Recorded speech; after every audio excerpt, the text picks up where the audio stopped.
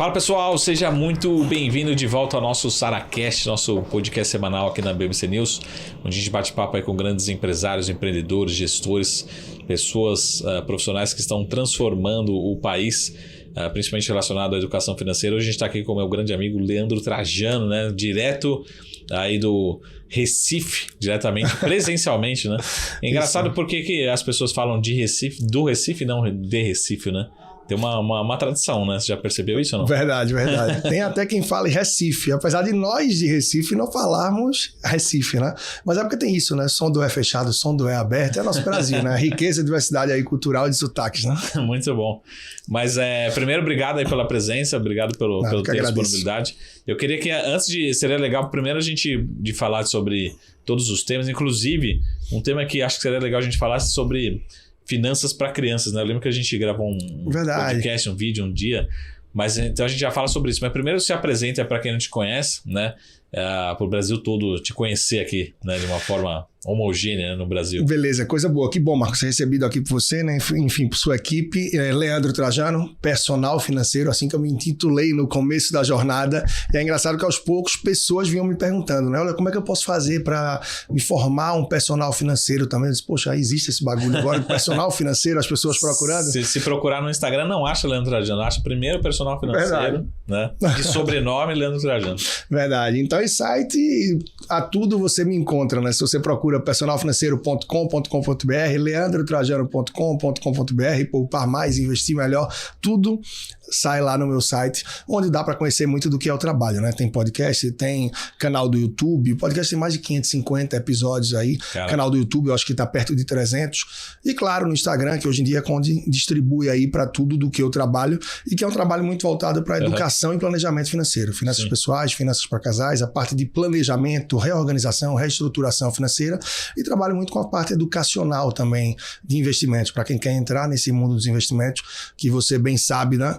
Que tem muita carência e muito espaço para crescer. Muitos brasileiros que já têm aí, acho que bons investimentos e que ainda estão nos bancos, e tantos outros que estão começando, mas ainda são conservadores. E isso eles se enganam, né? Porque na verdade eles não são conservadores, não têm conhecimento, por isso se consideram conservadores. E aí dizem para tentar se convencer que é por isso que deixam dinheiro na poupança, porque são conservadores. E o que é que acontece? A falta de conhecimento leva à insegurança. E a insegurança faz com que o dinheiro fique na poupança. E no longo prazo, a gente sabe o que é que acontece para quem se coloca nessa trilha aí, né? Bom, é isso. Então faço trabalho também aí muito voltado para colunas, né? Conteúdo em site, rádio, jornal, TV. Tem livros aí. Lancei nos últimos meses aí, nesse ano de 2022, 5 livros que já vinham sendo preparados aí há um bom tempo.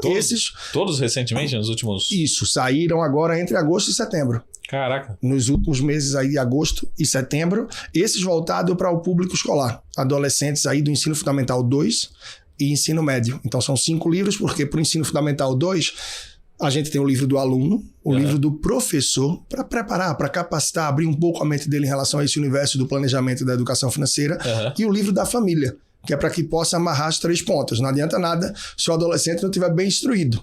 Então o professor vem nessa ponta, tem o livro dele. Não adianta nada, se ele chega em casa empolgado, querendo levar ideias, contribuir, afinal a família é quem produz, quem gera renda, as dívidas ou os investimentos, e o adolescente a ideia é que ele possa contribuir. Então o livro da família é para que ela se envolva no processo. E aí o ensino médio, a gente tem um livro do aluno e o livro do professor. Dessa forma foram 5 livros através da editora da Divulgação Cultural lá do Paraná, e é um projeto aí que certamente vai estar batendo nos 4 cantos do país, porque hoje há uma demanda nesse sentido e deve estar chegando a várias secretarias estaduais e municipais de educação, e já tem aí alguns contratos que estão andando nesse sentido. Vai ter um 6º livro por uma outra grande editora do país e que deve estar sendo lançado muito em breve também. Esse sim vai estar disponível nas livrarias, enfim, sites, tudo mais, porque os de adolescentes aí para o público infanto-juvenil, muita gente tem me procurado quando eu divulguei lá no Personal Financeiro, no Instagram e tal, mas a editora não abre para venda para o cliente direto. Realmente o objetivo deles é a venda em quantidade, atingir as escolas e tal, mas aí tem outros conteúdos, né? Tem curso online para pais e filhos. Mas antes de falar, esse livro já tem escola já utilizando agora, então, em 2022? Não, como eles acabaram de sair, eles estão ainda na fase de comercialização e já em 2 estados de negociação com a Secretaria Estadual. Então, só aí,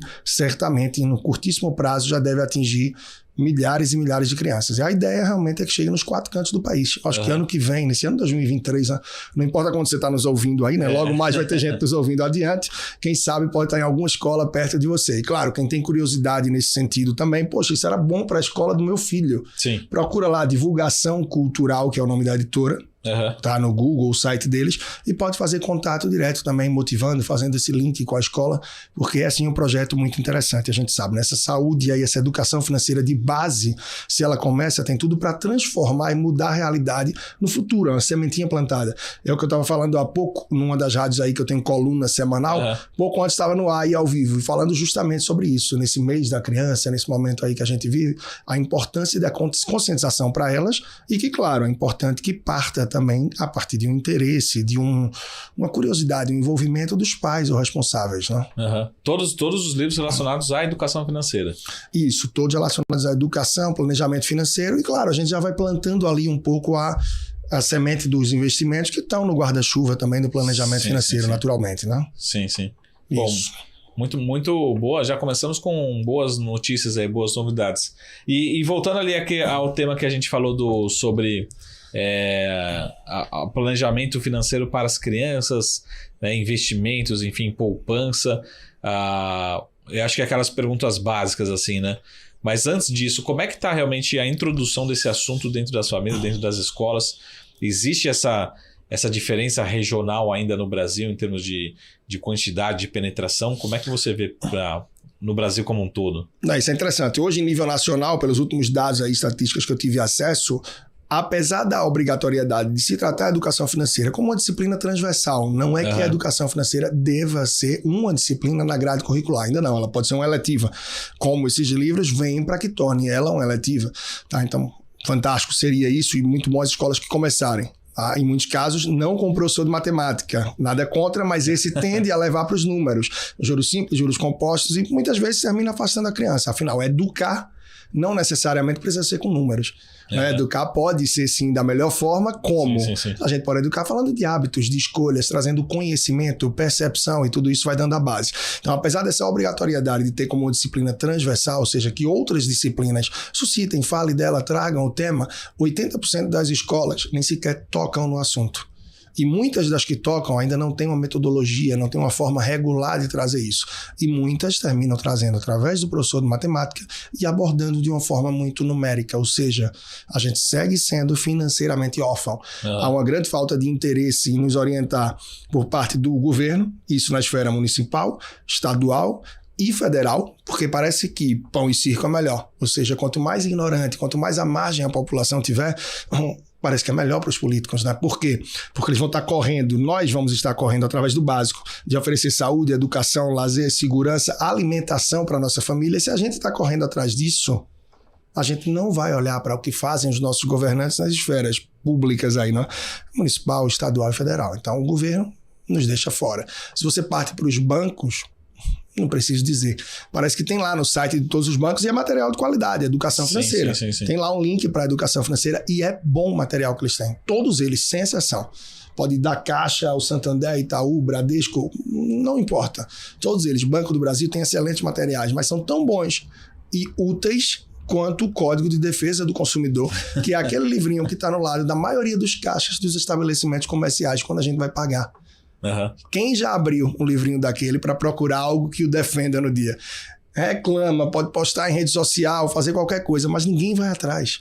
Então, esse é o grande problema. As pessoas não dedicam tempo para cuidar das finanças.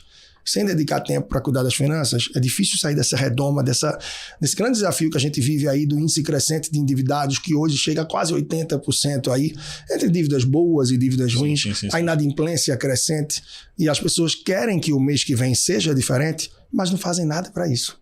Então, assim, quero perder peso. precisa fazer mais exercício, ou se já faz exercício, está com um pouco mais de peso aí, como eu estou no momento, apesar de com uma carreira de maratonista, né? Mas precisa melhorar a alimentação, ou seja, precisa dedicar tempo. Sim. Quer mudar, quer melhorar alguma coisa da saúde, está com a dor de cabeça aí meio crônica, não sei, você vai no médico, né? Então, quer performar melhor no tênis, na corrida, no esporte, vai treinar, vai se dedicar mais. Quer melhorar na vida financeira?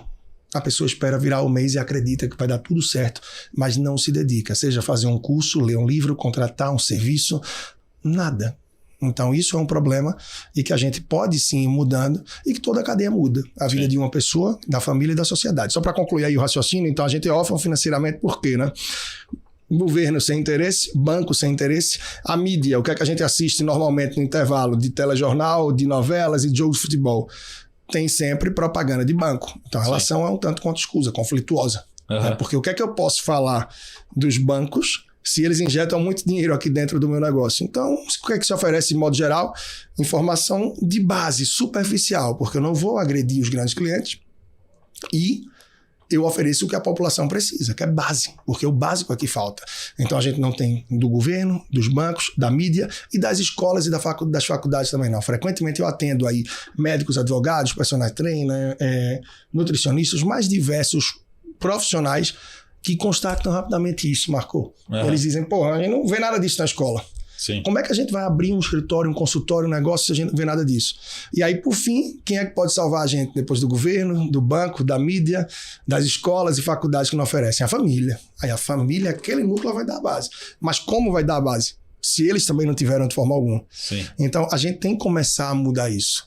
E das mais diversas formas. Né? Hoje a gente tem uma crescente muito grande, como você bem sabe, desse mercado financeiro em quem trata de investimentos. Sim, mas a gente tem uma base muito pequena ainda das pessoas que falam do que as pessoas precisam fazer para poder investir.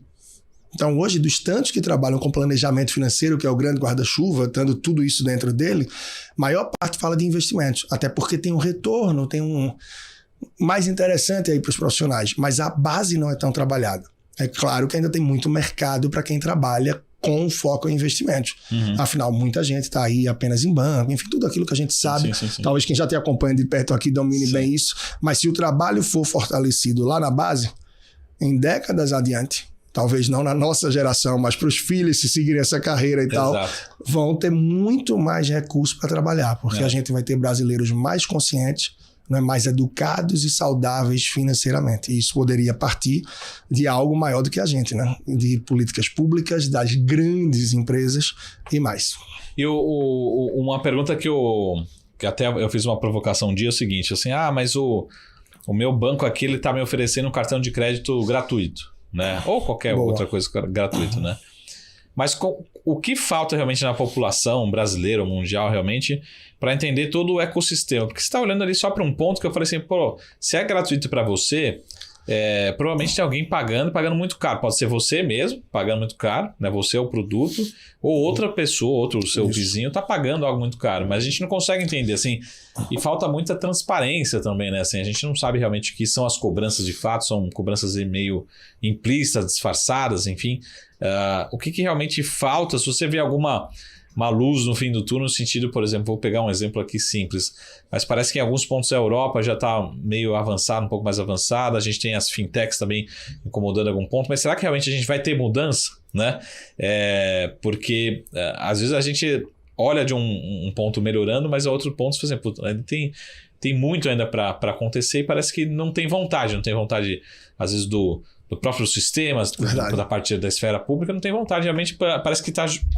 Como você fala assim, às vezes quanto menor o conhecimento, talvez melhor para alguns agentes desse mercado. Né? Quanto ao cartão de crédito, eu vejo isso no meu dia a dia de trabalho. As pessoas que estão endividadas ou enroladas, a cada 10, 8 a 9 tem um cartão de crédito mal utilizado no meio. Sim. Então, o que eu vejo no cartão de crédito é muito nesse sentido. É como você pegar uma faca fina, altamente afiada, e você vai entregar para uma criança de 3 a 4 anos brincar com ela. O que pode acontecer dali para frente, dá as costas e volta para ver. Acho que você não faria uma loucura dessa. Então, o que é que acontece? A impunidade é muito grande. Como é que se oferece uma ferramenta como um cartão de crédito para pessoas que não têm o menor conhecimento, a menor planejamento, educação financeira, como lidar com essa ferramenta de algo que é extremamente cortante, matador e afiado, que te oferece juros, te mata com juros de 12% a 15% ao mês. Então a impunidade é nesse sentido. Sim. Como é que você aceita isso? Como é que a gente tem aí órgãos que poderiam regular e trabalhar isso, como se puxou os juros do cheque especial ao teto de 8%, e que antes estava no céu. Então, da mesma forma, deveria ser feito com o cartão de crédito e um trabalho também preventivo, porque não ia adiantar só baixar os juros, é óbvio. As pessoas iam continuar bem endividadas. Como fazer um trabalho preventivo? Realmente, isso tem que... Bom, não é o que a gente vai entrar no detalhe aqui, mas é necessário fazer. E também a concessão do cartão de crédito, a concessão do crédito ser feita de uma forma mais responsável no Brasil. E se alguma instituição financeira, operadora de cartão aqui estiver vendo isso, vai logo procurar meu CPF e mais detalhes para me cortar na raiz. Porque de vez em quando, oportunidade de palestra online e tal, tem muitos eventos assim de um bom tempo para cá, eu mostro a pilha de cartão, como diz lá na minha terra, a maçaroca de cartão que eu tenho assim. É um leque que eu abro que é tremendo, é imenso. Como é que eu tenho tanto crédito concedido? Ele é concedido de forma muito irresponsável. Muitos cartões são da mesma operadora. Então, como é que não tem um cruzamento lá para ver como é que as coisas acontecem? Então, você vê uma pessoa que tem um salário mínimo, 2 salários mínimos, com limite de crédito que ultrapassa o salário de longe. Então, é feito de forma muito irresponsável a concessão do crédito. Os juros, eu acho que há uma grande impunidade nesse sentido. E, por fim, a gente sabe que a gente está dando uma faca afiada para uma criança. Sim. Mas você acha que existe alguma forma de romper com esse vício além da educação financeira, né? Lógico que a educação, porque como você fala assim, a educação financeira a gente faz o trabalho todo dia, mas é um trabalho de formiguinha. A gente consegue contabilizar ali 10 pessoas, 50, 100, até aonde a rede social chega, né? Enfim. Mas a gente, às vezes, talvez leve gerações para realmente a gente sentir alguma diferença. Daí, às vezes, até parece que tem algumas pessoas bastante responsáveis ou irresponsáveis jogando contra, né? Fala assim, não faz sentido, a gente escuta, infelizmente, isso. Né? Então, acho que é essa a preocupação. Então, o que se você, olhando para o lado positivo, né, se você tem algum lugar, algum país de referência, o que a gente chama de benchmark, né, que você fala assim, realmente está melhorando, ou que tem feito como trabalhos como o seu, planejador financeiro, de realmente de levar a educação, levar o conhecimento, até aqui na Sara Invest a gente tem um apoio a uma ONG que está fazendo esse trabalho, mas também é um trabalho bastante difícil, como você fala assim, você tem que às vezes enfrentar secretarias, às vezes que não tem o mesmo interesse ou não é objetivo, e acaba você sendo desestimulado a fazer um trabalho totalmente voluntário, né? Mas enfim, o que você vê de esperança, o que você vê de benchmark aí sendo feito aqui no Brasil, no mundo, para ter uma esperança, né? Para ter uma expectativa? Eu traria 3 pontos aí. Primeiro, muitas fintechs que já vêm trabalhando com essa educação financeira de base a partir do cartão de crédito, com um trabalho de conscientização, onde desde a infância a criança pode ter o seu cartão de crédito monitorado pelos pais, em que ela começa a entender como usar essa ferramenta, até porque as crianças não vão ter como aprender tantas práticas que a gente traz, a educação financeira, com o dinheiro na mão. Porque o dinheiro cada vez circula menos, então o dinheiro está aqui, está no smartwatch, ele está no celular, ou seja, não se vê o dinheiro, são apenas as senhas que se botam. Cada vez mais se motiva para que você compre no crédito, para que você tenha milhas, e eu vejo frequentemente milionários com LH que só tem milhas, mas chega na hora de viajar, não tem o dinheiro para viajar, eles têm apenas as milhas, e tem que muitas vezes vender as milhas para pagar a anuidade do cartão, e o negócio é meio complicado, desde aí a gente vê. Então as fintechs que vêm nesse sentido, e que muitos bancos têm até apoiado, a gente vê parcerias, enfim, a própria Febraban, que apoia bastante, que é bem interessante. O segundo ponto também, que eu acho que é bastante válido, é a gente pensar que essa educação, essa mudança, ela tem que vir de base. Então, quando eu falo desses livros aí que eu desenvolvi, a convite da divulgação cultural, do trabalho que se deve fazer com as crianças, é para que a gente plante hoje o que a gente espera ter em pelo menos 10, 15, 20 e poucos anos adiante. Não é que essa geração, a nossa, seja perdida, mas é muito mais difícil conseguir reverter vários vícios, sobretudo quando a chave de quem precisa reverter e mudar está por dentro. Eu e você não tem como chegar e abrir a chave da pessoa e dizer, olha, está por lá, ela tem que despertar o interesse, ela tem que querer. E as pessoas que têm dívidas, muitas vezes, o que menos elas querem é encarar de frente as dívidas. E aí preferem começar acreditando que no próximo mês vai ser diferente. E é difícil ser diferente se não se muda as práticas. Então, é trabalhar na base forte para que a gente possa colher lá na frente resultados verdadeiramente diferentes. Ter paciência. E nessa geração agora, procurar remediar boa parte e evitar, prevenir, educar aqueles que estão se abrindo com essa chave que está por dentro para essa mudança.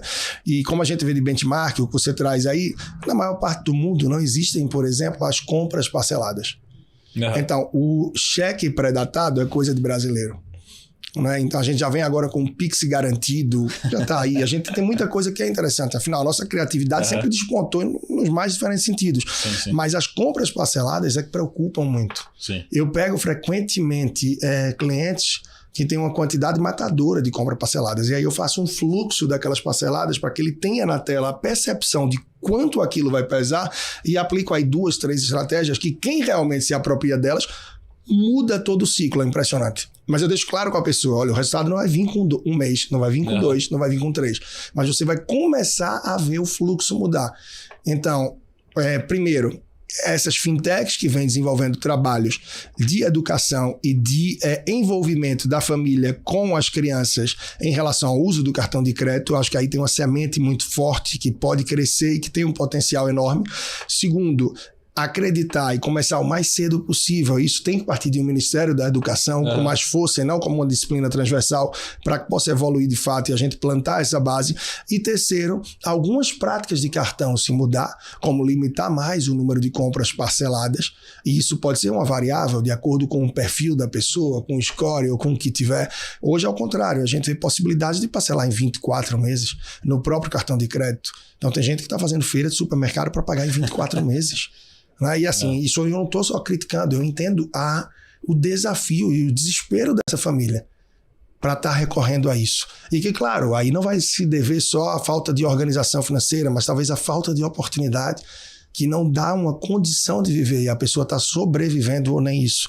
Mas é claro, tem facilitadores momentâneos que dificultam na estrada do longo prazo.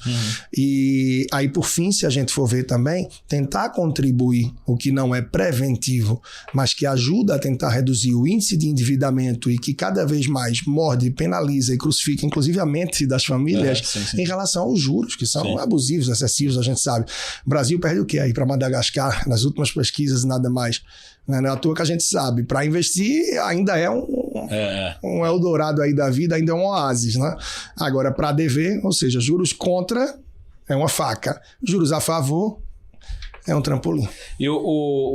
Mas você não acha que o desafio está eu não sei, principalmente para o brasileiro, mas não está no próprio brasileiro, no sentido assim, porque talvez o brasileiro quer criar um padrão de consumo que não é dele. Então, assim, o brasileiro é muito consumista. Então, vamos ver agora a Black Friday, mas a gente já sabe que vai ser sucesso. Vai chegar um cupom ali de desconto.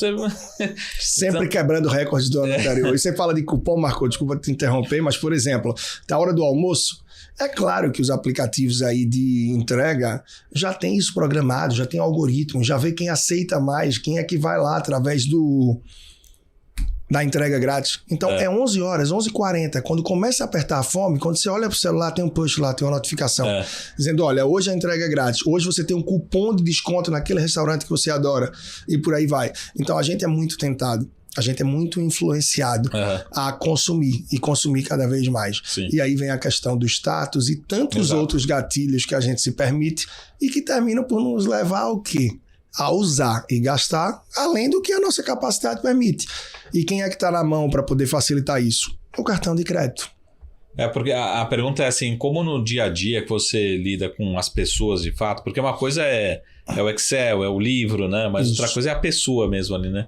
Como é que ela aceita, né? Dentro de um trabalho seu dia a dia, fala assim, ó, a gente vai ter que dar 1 passo, 2 passos para trás, para depois dar 3 para frente em termos de padrão de consumo. Porque se você viaja de primeira classe uma vez, já era. Você quer toda vez você vai viajar. Ninguém quer mudar o padrão. Eu só viajo em primeira classe, né? Então, como fazer, né? Como que as pessoas lidam com esse possível movimento, essa percepção de, né? Pô, vou ter que voltar para trás no meu padrão de consumo? De jeito nenhum, né? Acho que, pelo menos na minha visão, 10 de 10 não querem fazer isso. Desafiador. Né? Na verdade, eu ainda não percebo um padrão quanto a isso. Eu vejo clientes que frequentemente me surpreendem. Perfil que eu digo, poxa, essa pessoa não vai engajar, eu não sei se ela está tão determinada a fazer o que precisa. E às vezes fazer o que precisa, porque eu sempre começo um trabalho, quando é de reorganização, reestruturação, para que depois a pessoa possa chegar na cabeceira da pista e sem furar aí pneu e tal, decolar verdadeiramente, partir para outra, a gente tenta entender a realidade e partir para enxugar, substituir, renegociar ou até mesmo cortar aquelas despesas que já fazem parte do dia a dia, sejam elas fixas ou variáveis. Então, no começo, nem dói tanto, mas chega uma altura que, a depender da realidade que a pessoa está vivendo, a gente precisa entrar num pouco daquilo que dói mais.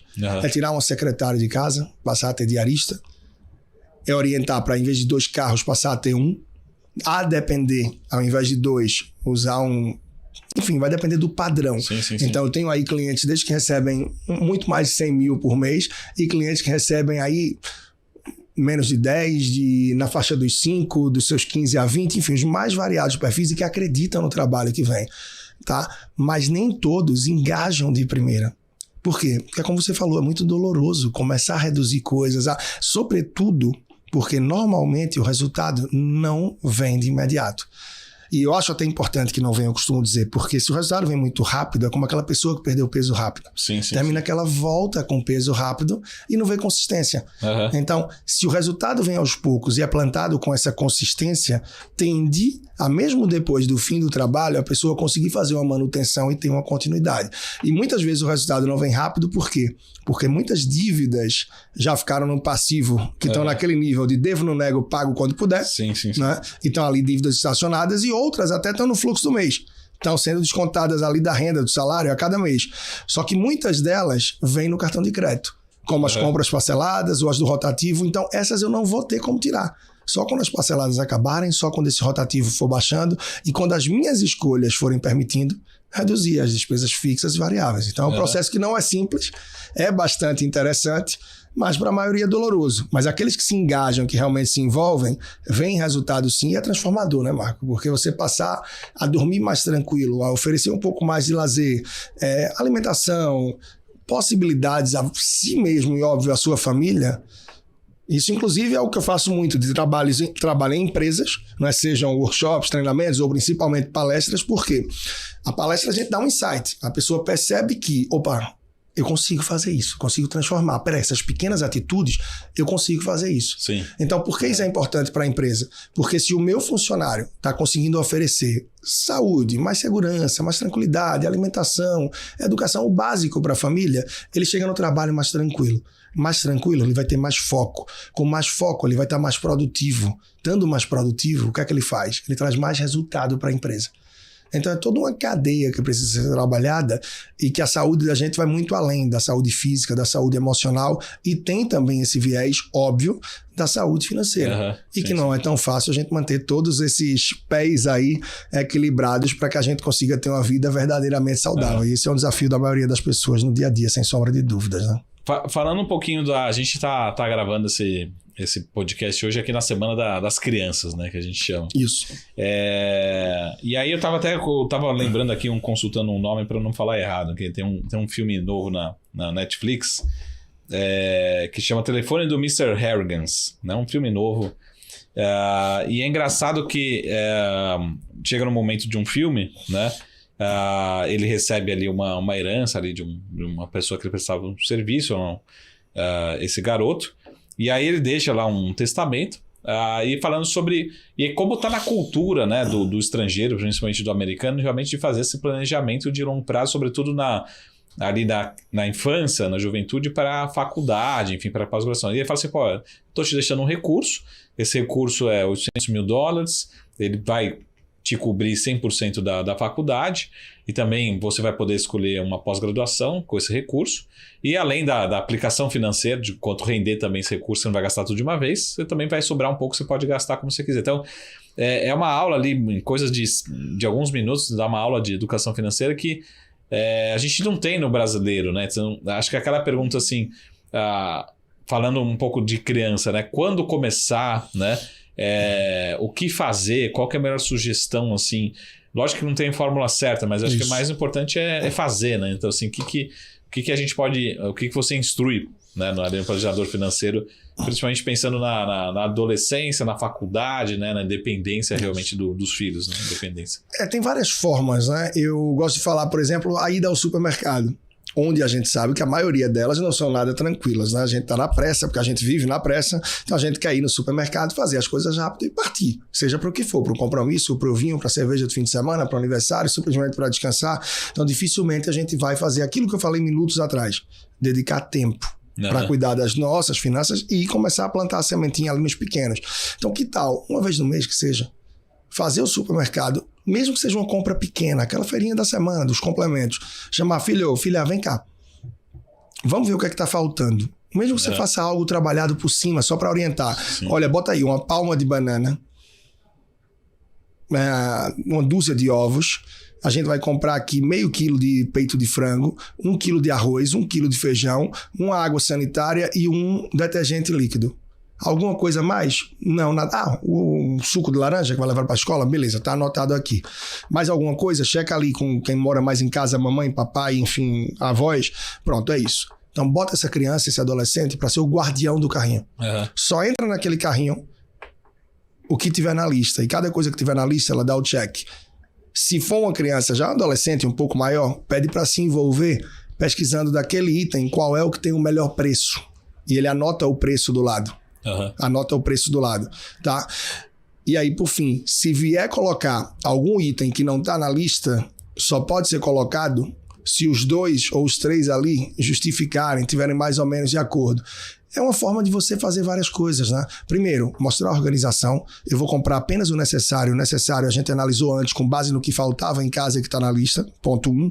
Ponto 2, a gente vai pesquisar preços, a gente vai ver a diferença entre eles e vai perceber que existem marcas diferentes, preços diferentes e que podem ter pesos diferentes entre os produtos, que hoje é uma prática comum do mercado. Né? Por exemplo, a caixa de chocolate, que é um supérfluo, eu sei, naturalmente, reduziu extremamente o tamanho.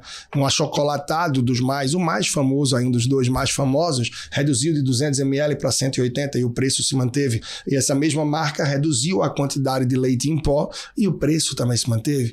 Em muitos casos, a água sanitária, por exemplo, entre outros produtos de embalagem econômica, e eu até trouxe um caso recente lá no Personal Financeiro, lá no Instagram, de uma água sanitária de 5 litros, que ela custava, a embalagem econômica de 5 litros custava praticamente o preço de 6 litros da embalagem individual, né? Dada por litro, ou seja, nem sempre a embalagem econômica é econômica.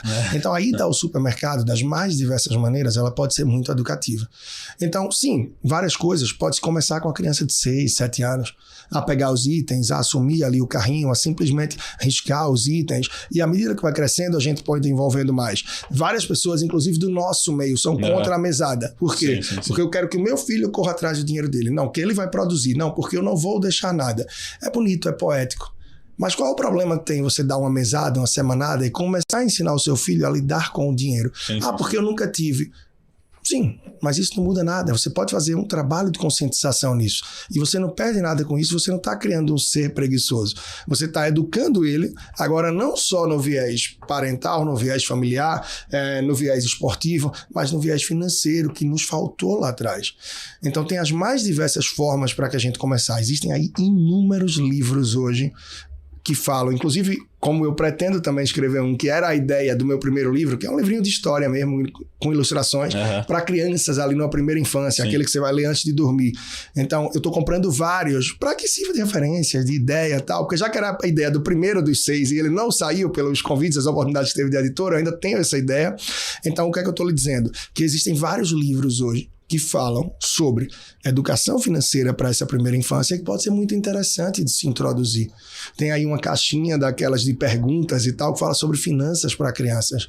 Então, da forma que a gente puder começar a envolver, é válido. Tem aí vídeos da Turma da Mônica de uma instituição financeira que estão no canal, tem no YouTube. Se botar a Turma da Mônica, eu não vou fazer propaganda dela, quem tiver interesse procura Turma da Mônica, finanças aí para crianças, você vai ver. Ou seja, Marco, a gente poderia falar horas só sobre como dar o start.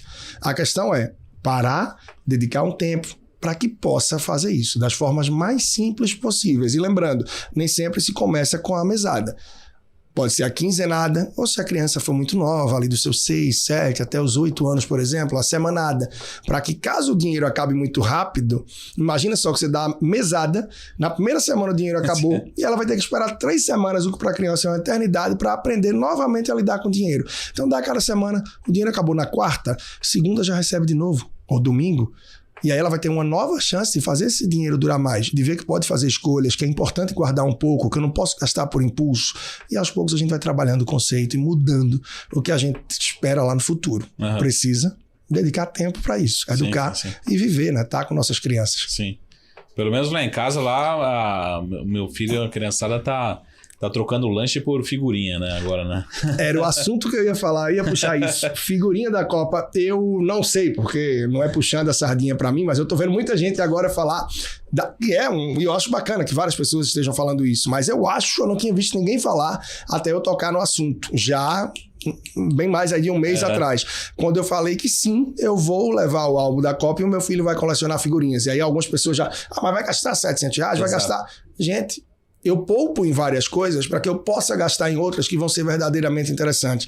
E a prática do que a coleção, todo esse processo de figurinhas da Copa pode trazer, é sensacional. Sim. Você mostrar a diversidade, que a gente não está só no mundo, que o Brasil vai muito além, que outros países vão participar desse evento, o que é esse evento e como ele funciona. Identificar quais são as bandeiras, os idiomas que esses países falam, a socialização, ao ir para uma troca de figurinhas, a um momento de família ou na escola, sofrer com a troca porque você fez uma troca errada, se organizar para que isso não aconteça, entender que figurinhas está faltando, entender que figurinhas têm aquela escassez, são mais difíceis de encontrar, sorrir com uma premiada, como meu filho conseguiu, uma do Mbappé vermelha, Legend, e conseguimos trocar por 43 que ele não tinha. Caramba!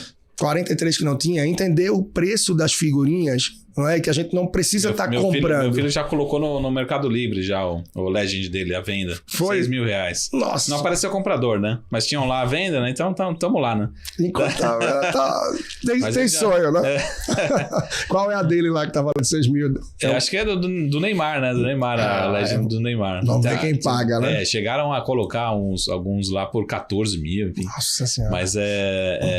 Mas ele já tá empreendedor, já. Ele criou o pacotinho dele, das repetidas, fez um pacotinho e tá vendendo aí pros amigos. Dá para tirar muitas boas lições desse processo, né? A socialização, a questão da frustração ali, a estratégia que vai se usar, por exemplo, a gente optou por comprar no máximo 140 pacotinhos que correspondem a 700 figurinhas, uma vez que o álbum tem 670, e motivar a troca, estar com eles na troca, participando em alguns momentos orientando, de olho em outros adultos que podem estar perto, em alguns momentos só ali no backstage. Então, todo esse processo pode ser bastante interessante, sim, e traz parte da educação, que é o nosso papel dos pais, participar ativamente, não só terceirizar com a escola, não é? Ou com quem tem a oportunidade em casa de ter uma secretária, uma babá, ou com os avós.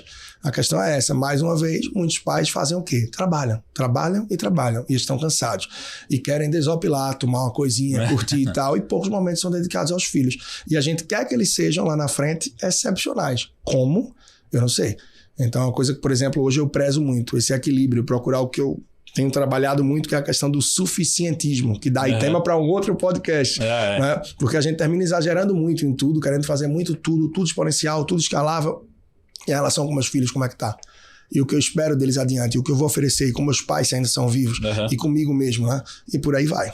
Boa. Só pra gente o tempo bate-papo bom, passa muito rápido, né? Só pra gente terminar aqui, porque tem muita gente que assiste o SaraCast com um olhar também de investimentos, né? Então, existe uma regra que é melhor, algum produto, alocação, a gente fala muito, principalmente nesse final de ano, e também lembrando de criança, né?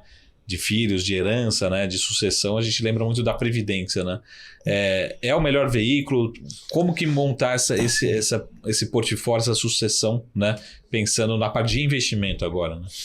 Olha, muita gente, né, que não é do mercado financeiro, sobretudo, né, tem um olhar meio discriminatório com a Previdência, né? Até porque sim, boa sim. parte das pessoas que têm Previdências tem aquelas excepcionais Previdências que só andam para trás, pesadas, robustas e que realmente não agregam nada. E essas pessoas, pela falta de conhecimento, não revisam semestralmente ou anualmente a estratégia daquela Previdência para ver se faz sentido. Afinal, nossa economia é dinâmica, né? Mas eu gosto sim de planos de Previdência e acho que faz muito sentido, mas não para todas as pessoas. Mas aquela que não tem a disciplina de poupar e que vai terminar funcionando muito bem com um débito automático todo mês? Não, a Previdência não é o melhor, Leandro, não é minha linha, eu não acho.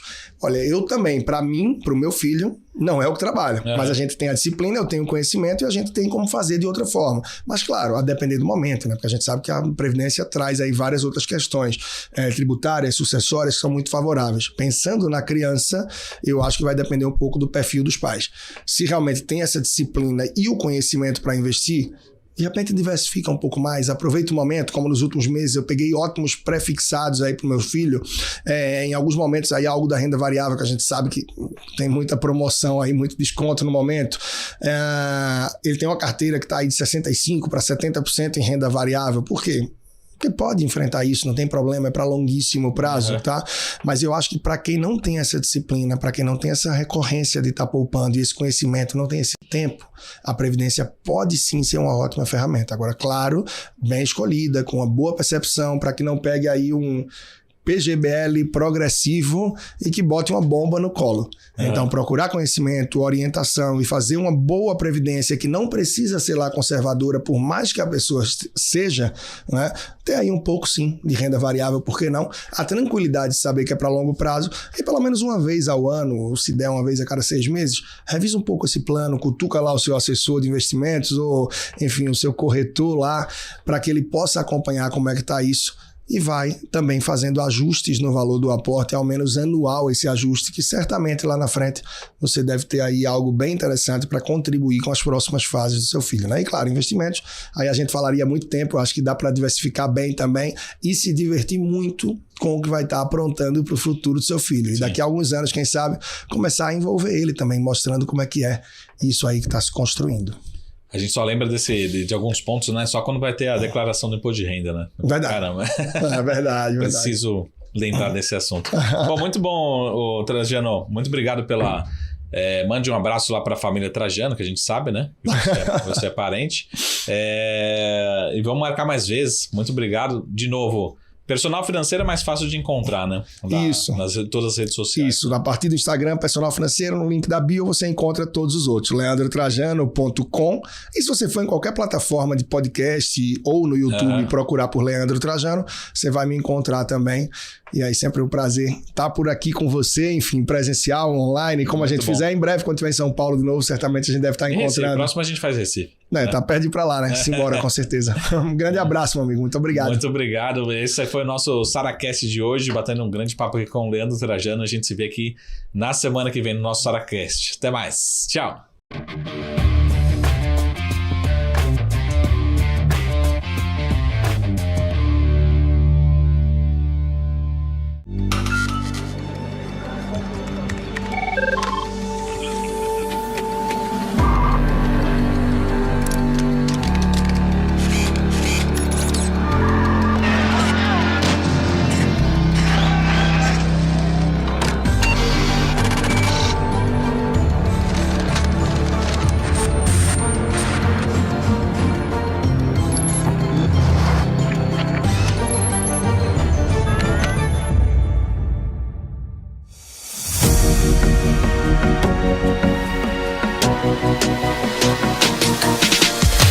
BMC News.